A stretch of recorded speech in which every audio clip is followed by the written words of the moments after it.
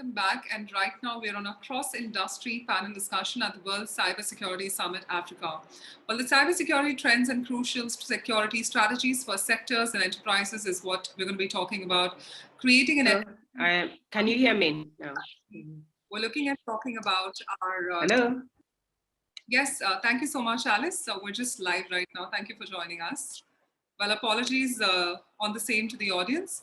Well, we're also looking at talking about the cyber threat management, enabling early identification of threats, data-driven situational awareness, accurate decision-making, and timely threat mitigating actions. We're looking at talking about implementing cyber resilience strategies, developing cybersecurity skills, integrating cyber risk awareness into the decision process, and establishing zero trust security framework. We're joined by eminent speakers. First up, Bassam Touma, the Business Development Shelt Global Limited. Bassam is a technology expert with significant track record of achievements in leadership and business development roles, having over 14 years of experience in diverse consultative activities in Middle East and African markets, with an experience at Fortune 500 multinationals as well as more focused companies.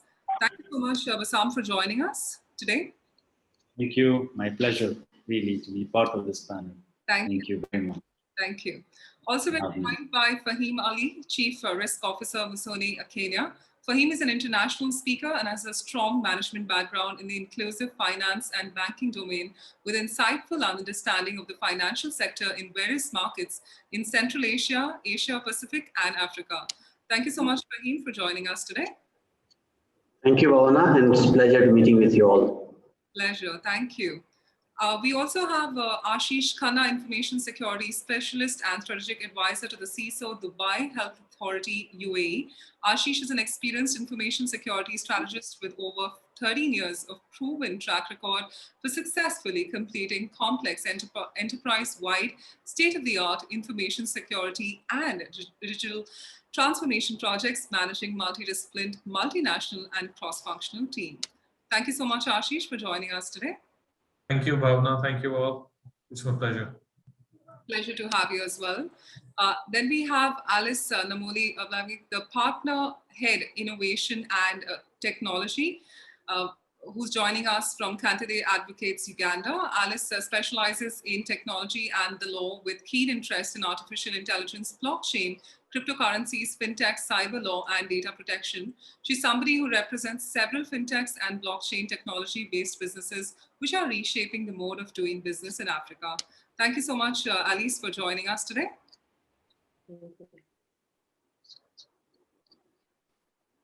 Thank you. Well, we do have her on screen. Thank you, Alice. Very happy to be here. Thank you very much for this. Pleasure. Thank you, Alice.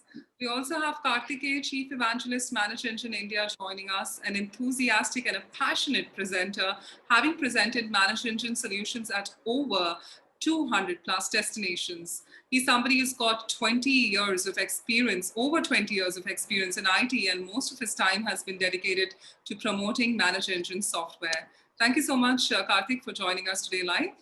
Thank you, Bhavna. Pleasure having you. Well, ladies and gentlemen, also we are joined by Mariana Pereira, Director of Email Security Products, Darktrace, joining us.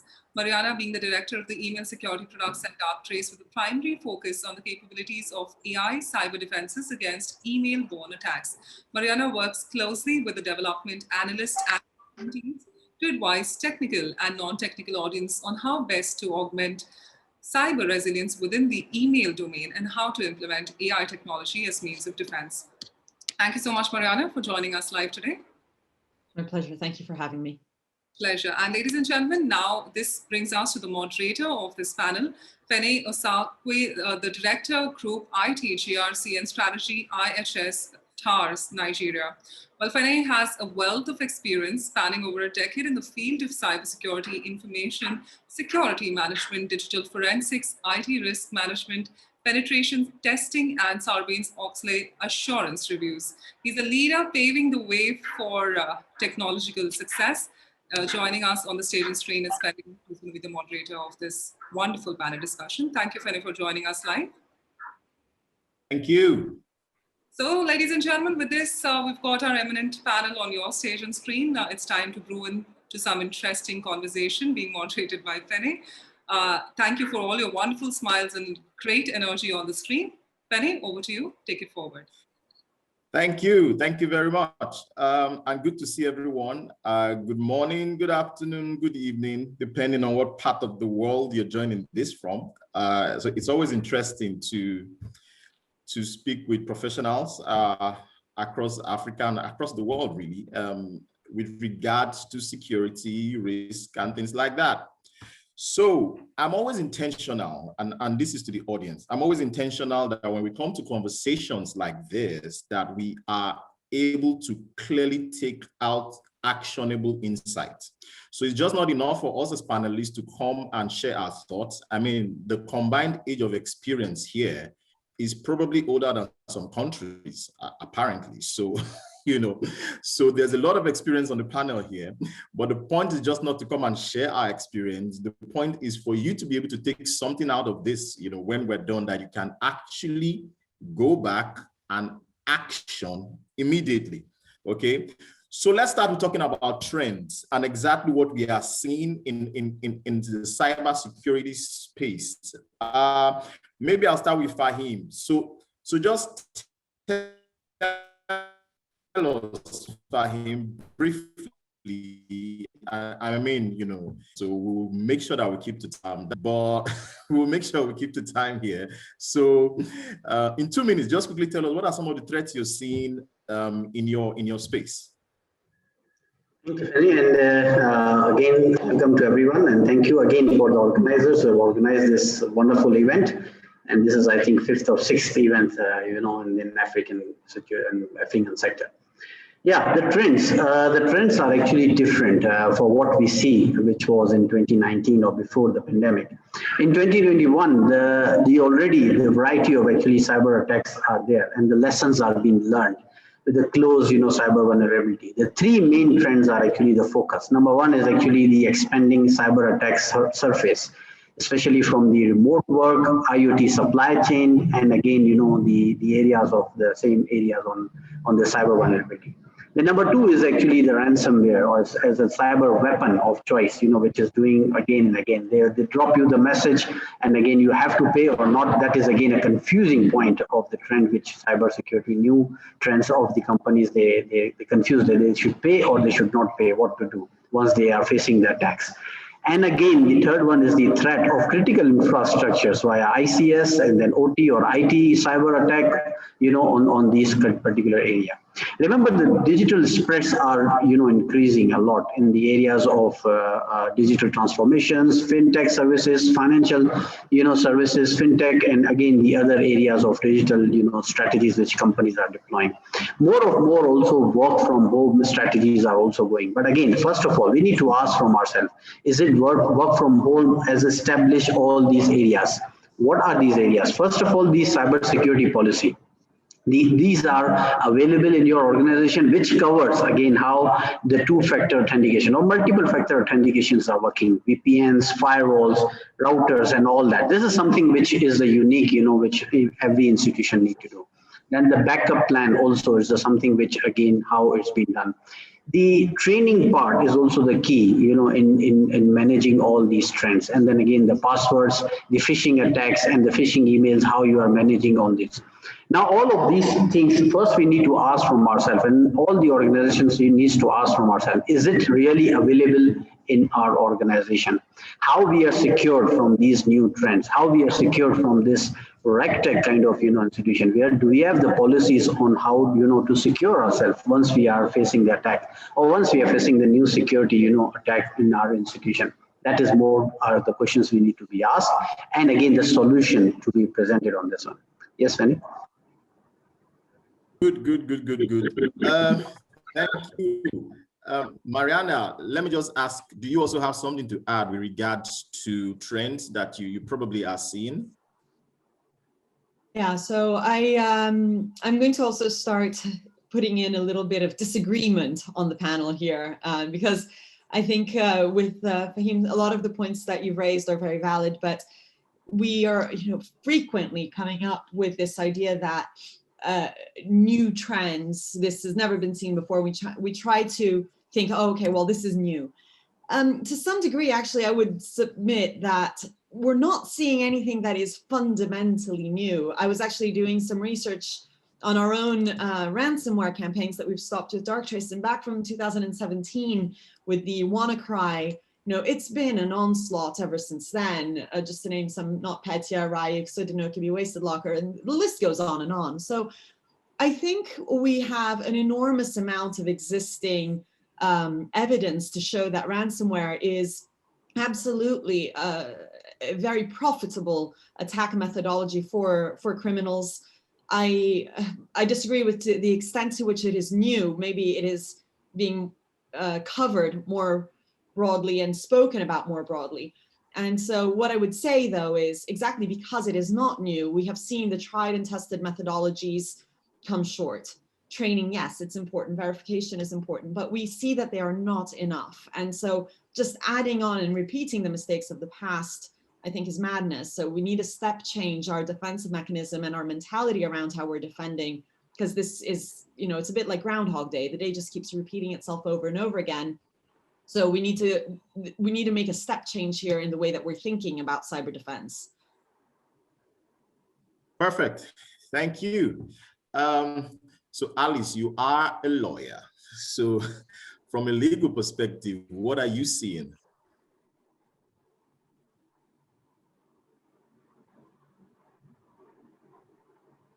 So Alice, I think yes. All right. Yeah, okay. No, well, I would agree actually with the last two speakers. One, of course, with Faheem, what he was saying, and all these changes that have been brought about by remote work, and again also with Mariana.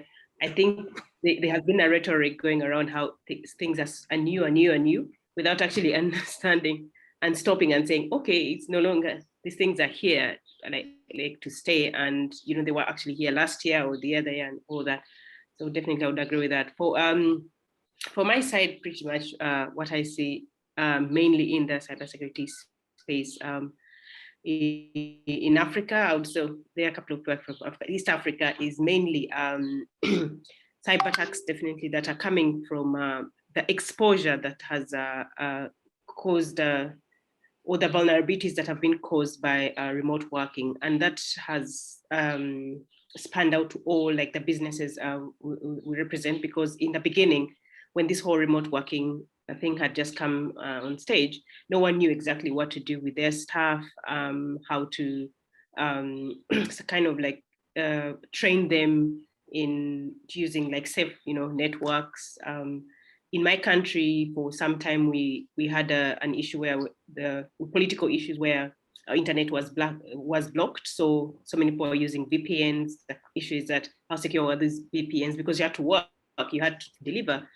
But so it's more of, I guess, accessing using rather very, very insecure networks. And what we are trying to do as definitely as a cybersecurity community is to get as much awareness as possible within, what they call it, in-house for the different companies, coming up with different training.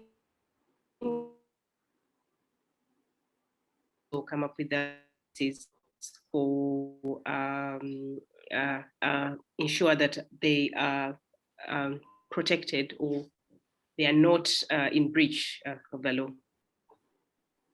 Great, thank you. So let me come to you now, Ashish. Let's talk about the kind of things that you're seeing that probably keep a head of security or a CISO or even a CEO awake at night. What kind of threats do you see that will probably be keeping, giving the most headache? Thank you. See, CISOs do understand the gravity of the attack surface, which is growing, and it is growing faster than our budgets. And the talent rosters are shrinking. There are different reports that need to be sent out to the C-suite executives every now and then. But within this general state of unease, there are several hair-raising threats which I believe are robbing our sleep. Actually, many of the CISOs do claim that around 67% of the times it is the talent that is in shortage. However, apart from talent and the growing attack surface, there are some key and potential threats that need to be taken care by CISOs, and they're keeping us awake.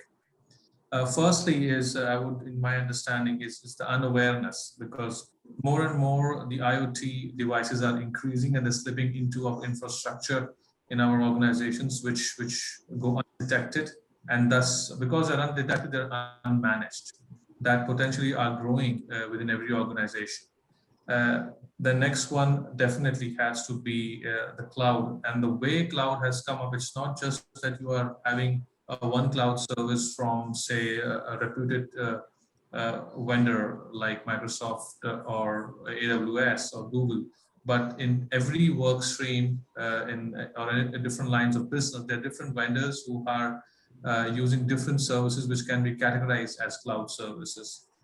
For example, the genome study that is happening part of the COVID-19 pandemic that is spread across the globe is actually happening, and the countries are collaborating through cloud service platforms. Although it's a time of where we need to collaborate, but it too brings in different threats, especially into the healthcare organizations, to their infrastructure. Then the next has to be supply chain, because much of the cybersecurity conversations nowadays is centered on threats posed by supply chains, because these supply chains bring in these supplies into the organization, whether it is virtual supplies or hardware or software supplies. Then definitely the third-party security. Nowadays, the NDAs and policies are not sufficient for these to control the third parties that are providing services or products to the organization. As an attacker, they would continue to identify vulnerable third parties, because that provides a very easy route into the organizations. And even though you might be having very, tightly perimetered security, but if one of the third parties has a weak security and you are giving good amount of privileges to perform the duties that the business is assigned to them, that itself is a very big threat at this point of time. The data growth, has been massive. It fills the universe, I would say. And it's giving us never-ending alarms of how many alerts that these systems are producing.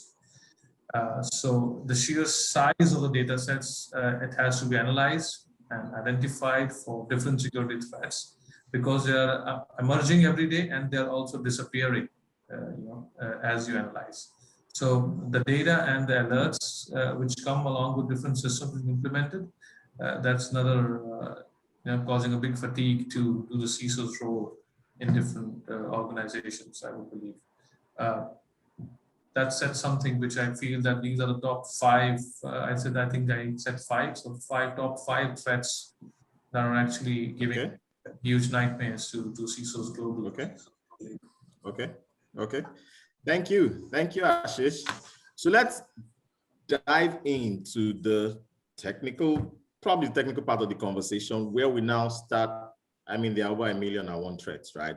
But we just want to try and pick on some that are pretty pervasive and common right now, and just want to get the panelists to just give their thoughts and as to how some of these can be mitigated as much as possible. Because I mean, first thing is clear, right? There's no silver bullet, so you can't knock everything out. But let's see how we can mitigate some of this. So let's start with ransomware. And I'm going to come to you right now, Kartik. Ransomware. So someone is saying, how do I deal with ransomware? So from your experience, let's know exactly what do you tell this type of person? Thank you so much, Finney, for giving me this opportunity.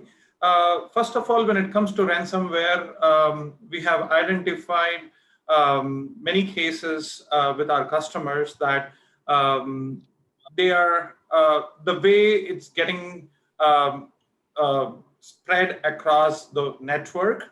And the first thing that they do is to change the file extensions. So what we do is we have a software which will help customers to identify the changes in file extensions and report this to the administrator. And once we know that the file extensions have changed, that's when we actually help them with the proactive measures like shutting down the system or isolating the system from the network. So these are things that we have done for ransomware attacks for our customers. Great, great. Does anyone else want to touch a bit on the ransomware part too? Because I mean, you know, the file extension, perfect. Does anyone want to touch on it? Bassam, I like the way you're smiling. You want to touch on that? If you allow me, thanks, Penny. Anyway, the subject started with great insights from all the panelists. It's really remarkable how much can add value to the attendees and listeners.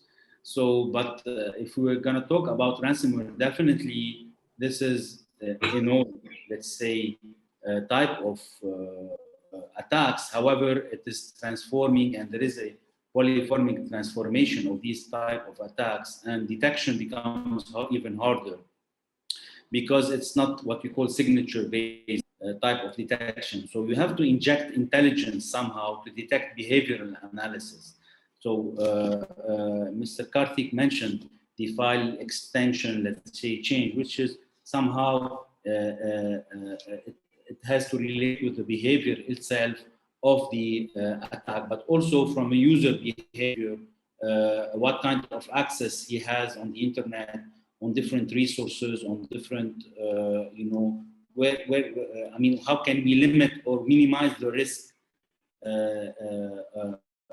of, let's say, the normal user is not an aware user, which also opened up the subject of, awareness. So the unaware user, what kind of sites he's browsing, what is,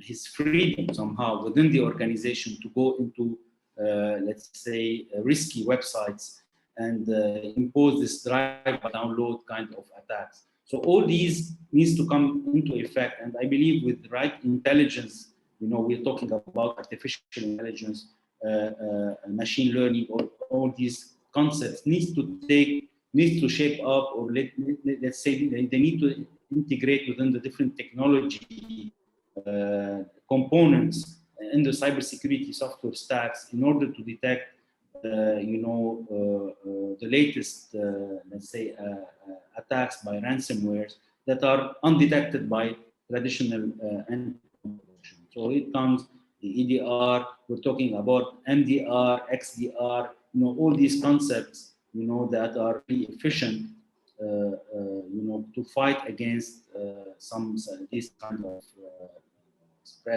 attack spread that we see. So yeah, that's what I wanted to add on this subject. Okay. So Mariana, I will come to you shortly. I just wanted to get Ali's thoughts on this too.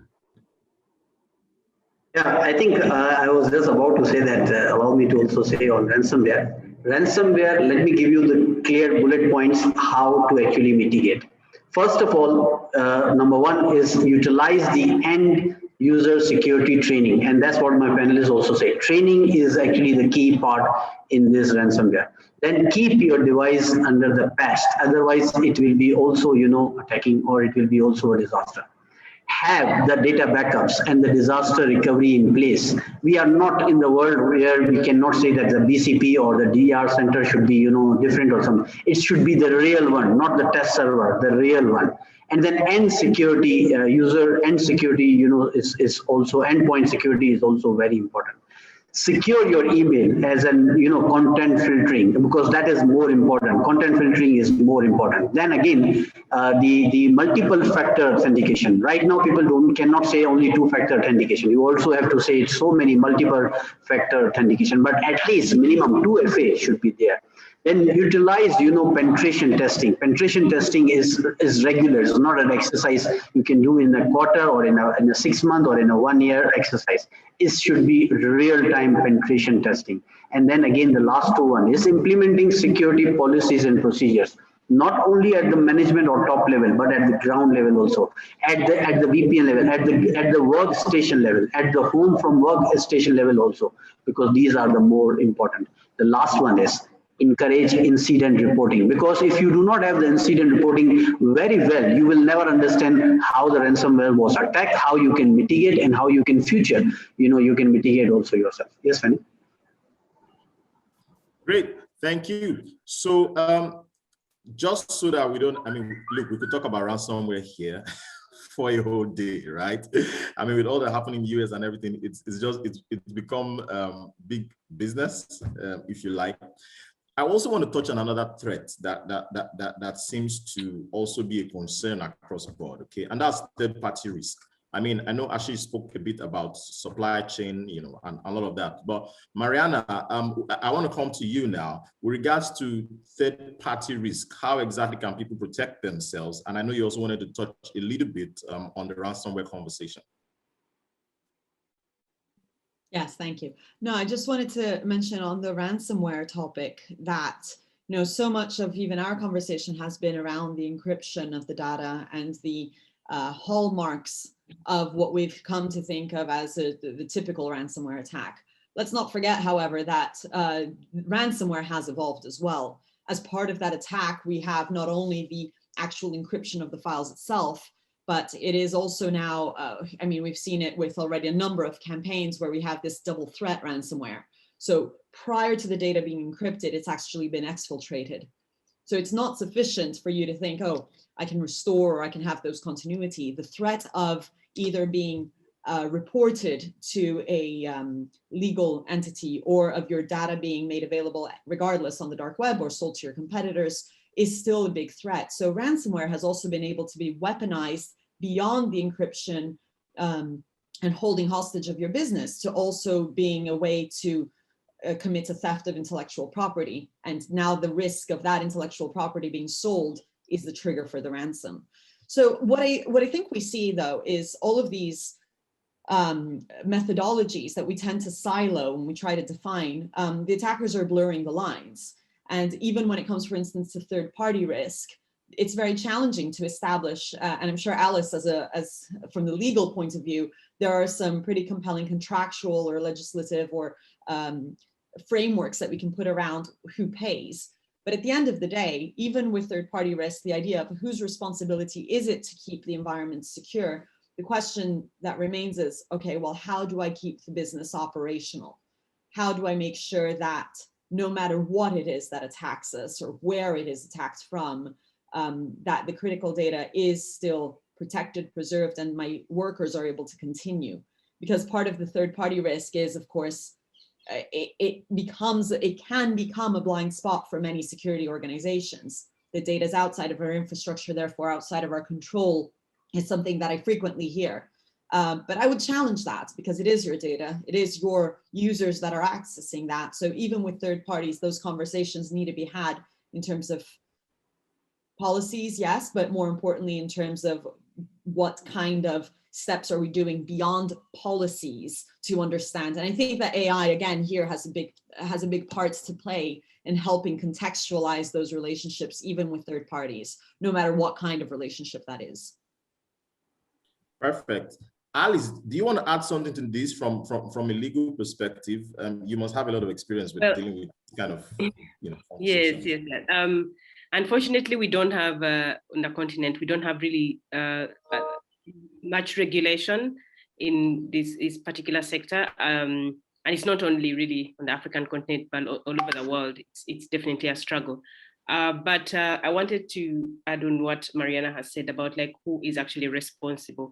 There are different specific laws I know on the continent, like in regard to data protection, that puts a responsibility on the person who literally is owns who is holding the data at that particular time. So you cannot put away that responsibility and say, oh, this happened. You somehow legally under the cybersecurity regulations and data protection law, you would be responsible as the person who had the data in case any of this data has been you've rather suffered any attack.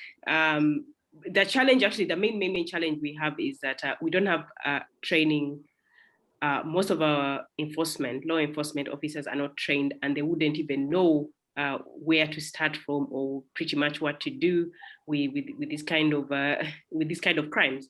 And even though the investigations go on, it's a challenge. They can start, but our police, and this again, it cuts across so many countries on the continent.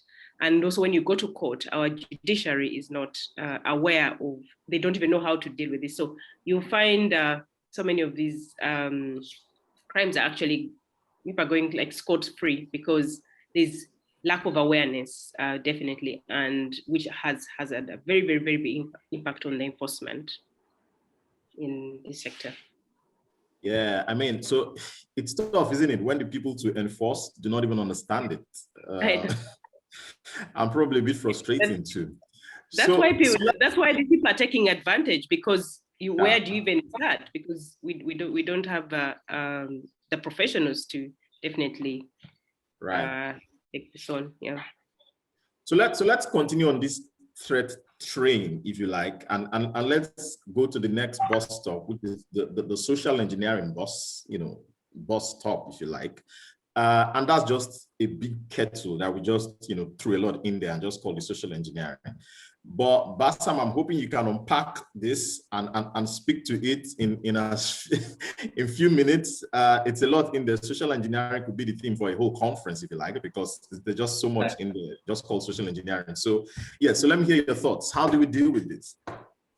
I mean, as you rightly said, that I mean, social engineering is a crucial part of any cyber attack, because the more the complex the attack, the more social engineering it needs, or it has included in terms of effort. So social engineering comes in different forms, and mainly when we're talking about social engineering, we can talk about phishing, and all the CISOs, all the people responsible for securing their organization understand the importance or the criticality or the of a phishing attack, because this is how, by itself can be a standalone attack, or can be part of a larger, let's say, chain of attack that an attacker or a group of attackers, malicious actors, can use it in order to deliver their attack to reach whatever objective they've set, mainly financial or others. So social engineering, you have the different factors evolved around it. It can start with phishing campaign, emails. It can start with creating a phishing website. It can start with physical approaching the target by phone. WhatsApp now being used as a very preferred, I'm not gonna talk, but I mean all the instant messaging applications that are being used, to approach and deceive targets, or for example, we've seen it a lot, and we're continuously seeing this rise in social engineering as the preferred methods for attackers to initiate their attack. And the best way to start fighting this rise is to get what we call now brand protection, brand and VIP and identities protection. So first and foremost, you have to protect your presence online, as well as, of course, offline as a brand, as an organization, but you also need to protect, most importantly, your C-level personnel, your VIP, against social engineering, because they are the most, critical, let's say, people that whenever they fall into such an attack or such an approach will have the bigger impact on the organization. And this is where, understanding the ecosystem outside your organization is key. So it's not only about protecting the internal aspect of your environment and increasing your, of course, user awareness level, but you have to start looking for outer boundaries, as we say. You have to start looking what's happening on what we call the surface web, the dark web, around, and see if you are a potential for a complete social engineering attack or a phishing attack. So somebody who's impersonating your brand, creating fake websites, creating fake social media presence. This is somehow part of his social engineering approach. And the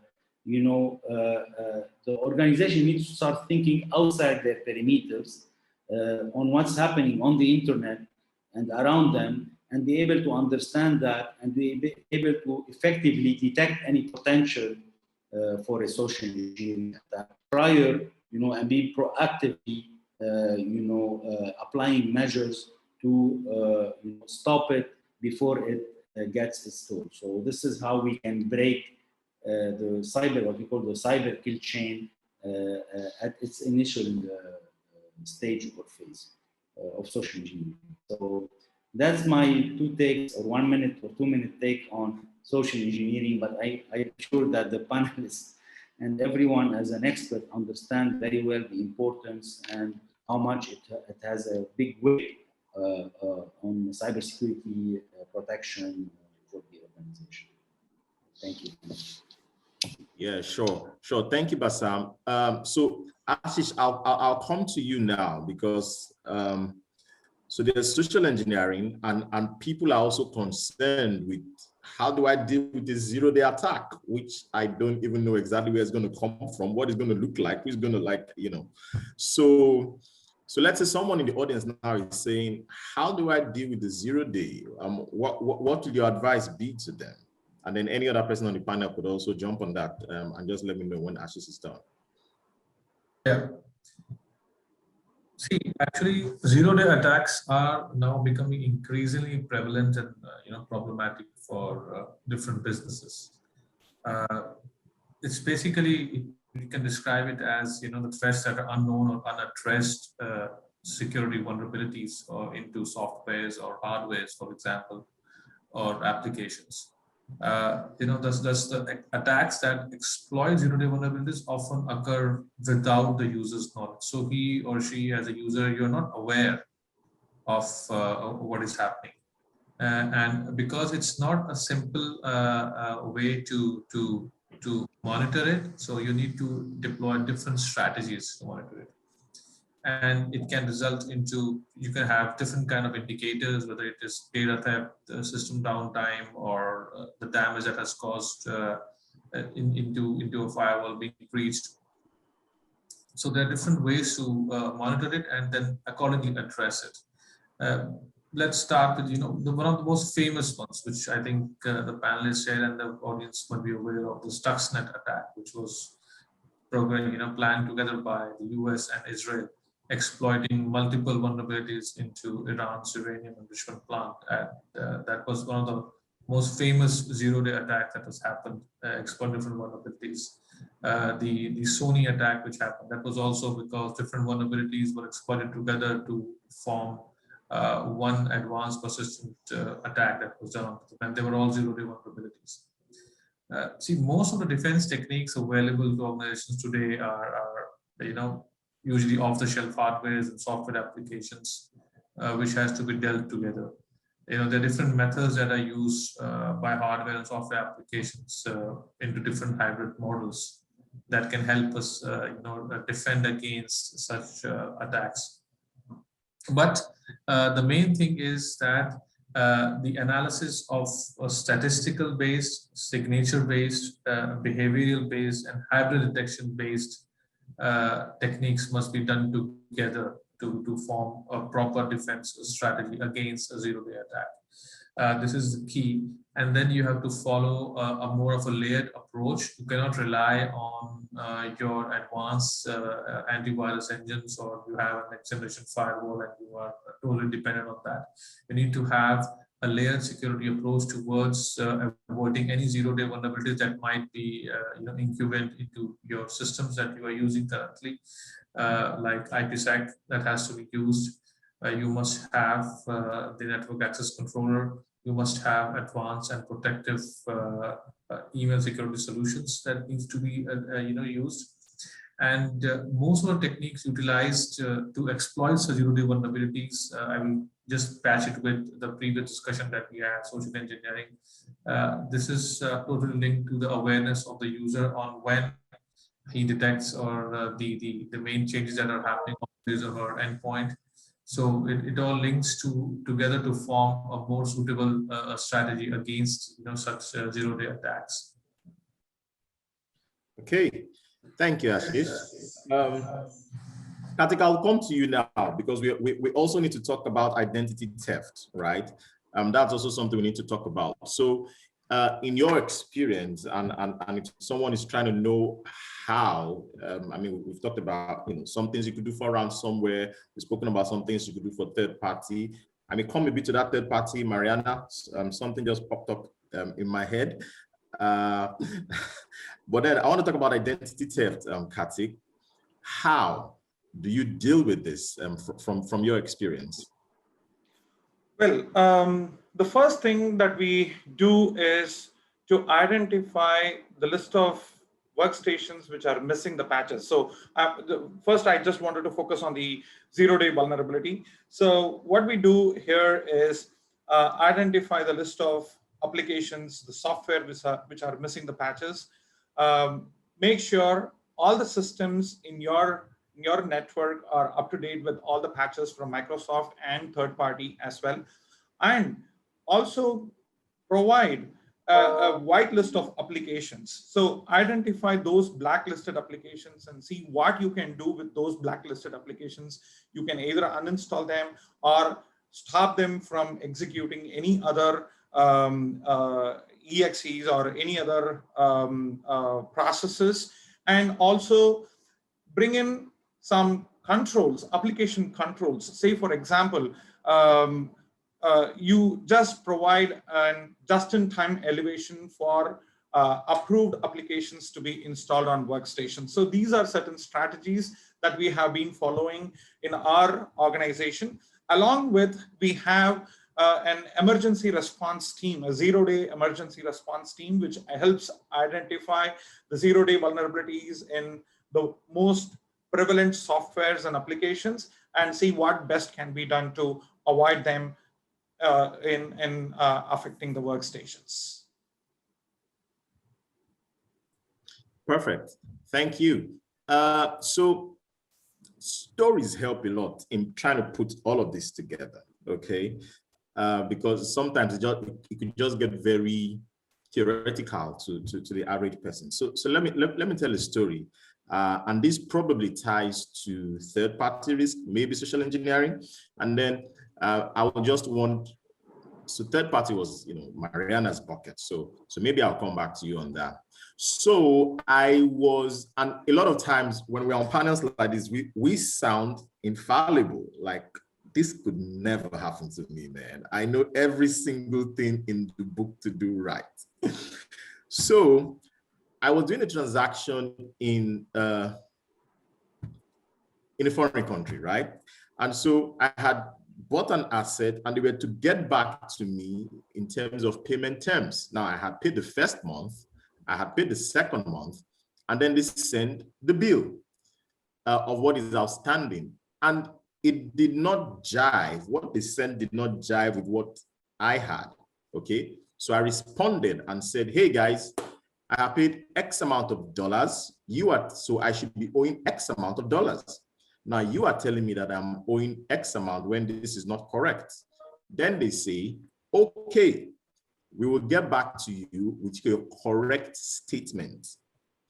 Apparently something happened in that transaction. And then the next email I got, they had attached my new statement. And then I click on the statement and boom, all malware alerts everywhere is screaming. But guess what? This had the entire mail trail of our previous conversations. So while we keep talking about user awareness and conversations like that, so Maria, so bad, you're the one I have to come to with this because third party was in your bucket. How? So my case was good, right? Because we had all the security solutions that sent all the right signals. So we talk about these detective controls. But how do you manage something like that? When now we live in a world where even your your monitoring vendor and some of the some of the guys who run the tools that you've loved all the years, they are the ones even getting hacked now. So how do you manage this? And that's exactly that. To me, that's exactly what keeps me up at night. And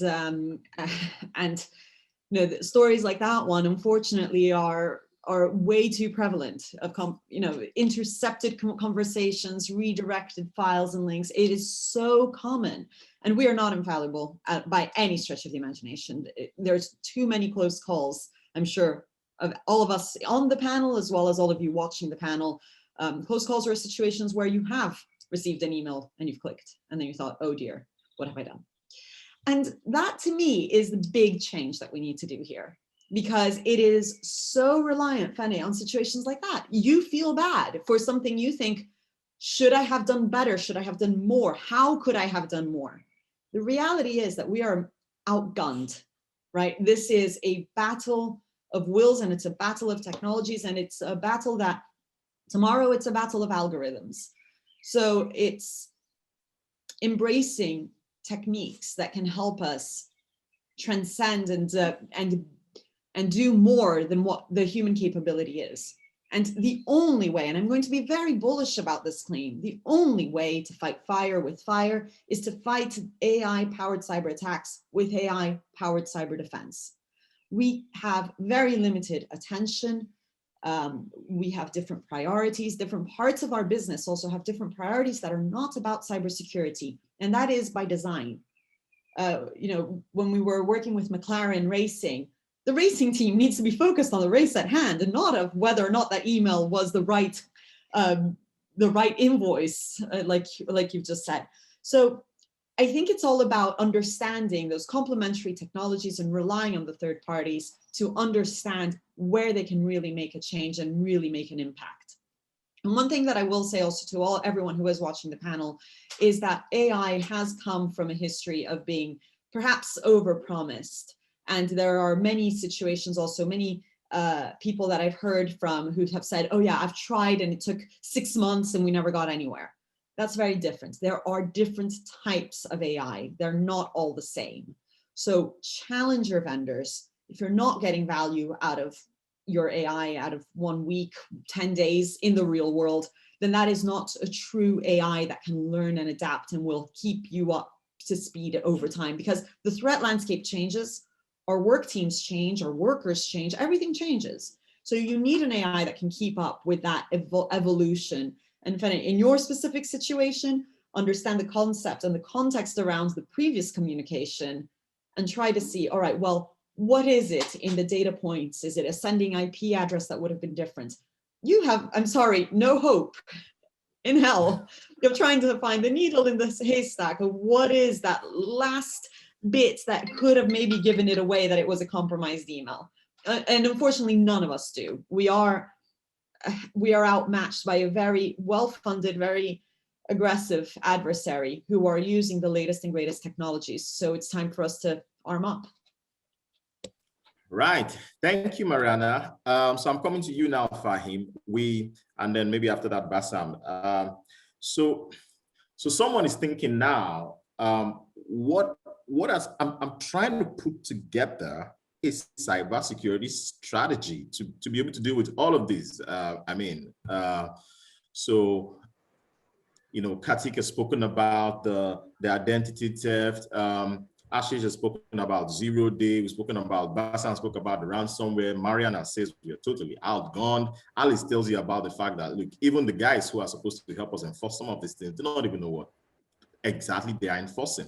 So how do I develop a cybersecurity strategy, with some good elements that helps me be effective, Faheem? Yeah, thank you. I think that I will be short on this one because the time is limited now. I think that the first one is the 6 key essential elements which we need to do. One is actually the application security, which is more important. Then the information security, and again, then network security, disaster recovery, and then operational, and also the last one is the end user security, that how it works. And end security users actually train employees, and it should be, the principles ongoing. protect information, computer, network from viruses, spyware, and other malware support. Then again, you have a number of solutions around this one. Firewalls, provide the firewalls, which is more of, the internet connection and all that. Downloads, that how the downloads are installed on your softwares, and again, in your operating system. Secured Wi-Fi passwords, that is again the more of coming out very clearly in your strategy. And again, the required individual user accounts for the each employees, how it is working, the regular monitoring and all that, and regular change of passwords also. This is more of what is working. But AI, as Mariana said, AI is actually the one which is helping in making this strategy, that how it works, like IT asset inventory, which is coming out very clearly. Then threat exposure, that how, the AI brings the threat exposure from the hackers immediately and again real time. Control effectiveness is also one of the element which is doing it. And again, breach risk predictives, that how it is being breached and all that. Incident response is also one of the element which most of the people are actually not focusing more. And again, it is actually give you the guidelines that what happened previously and how to face in the future. This is how I think that more strategy should look like in this era of the one which we are facing. Yes, Faheem? Yeah, so Bassam, you have just 1 minute to add something, because like you see, we have another member of panel, Bhavana, who has joined us. That's just because we're out of time. So 1 minute, please. So just to take from Faheem also mentioned on all these, functions that we need to take into consideration when building a strategy. I would like to, and this is what we do a lot with our customers and clients, to put the strategy first around a framework where we do what we call a maturity assessment of the different components of a cybersecurity organization within, or operation. So one of the good sample is to, or let's say the exercise is to do a maturity assessment around one nice practical framework called the NIST framework, where different functions, let's say the identifying threats, detecting threats, responding to incidents, recovering the business. So all these different functions, we can do what we call maturity assessment. And based on the maturity assessment within these functions and controls, security controls, you can define the right implementation strategy. And of course, the required budgets, because information security always has to fight for more budget from the business. And this is a good way to present an overall heat map of what's the current maturity level of all the functions, where we need to focus our effort on, where we need to spend more money, in which areas, and then to reach a certain level of protection for the business also to drive it forward digitally. So that's my also brief. Thank you. Sure. Thank you very much. We had a couple of other questions. One of the things we're going to talk about was, hey, if I do not have a big budget, how exactly do I manage? But we're out of time. I think you could reach out to the panelists on LinkedIn and their other social media networks and get their thoughts on a couple of these things. It's been an amazing session. Thank you all very much. Over to you, Bhavna. Thank you. Thank you so much, Faheem, for moderating this session so wonderfully. We're so sorry we had to cut this session short right now because of extension of the time, but I'm sure with the time we got from all of you, which was more than 50 minutes, and that was like a rich session of great knowledge. So thank you once again to all our eminent panelists for taking out their valuable time today amongst your busy schedules. Thank you for joining us.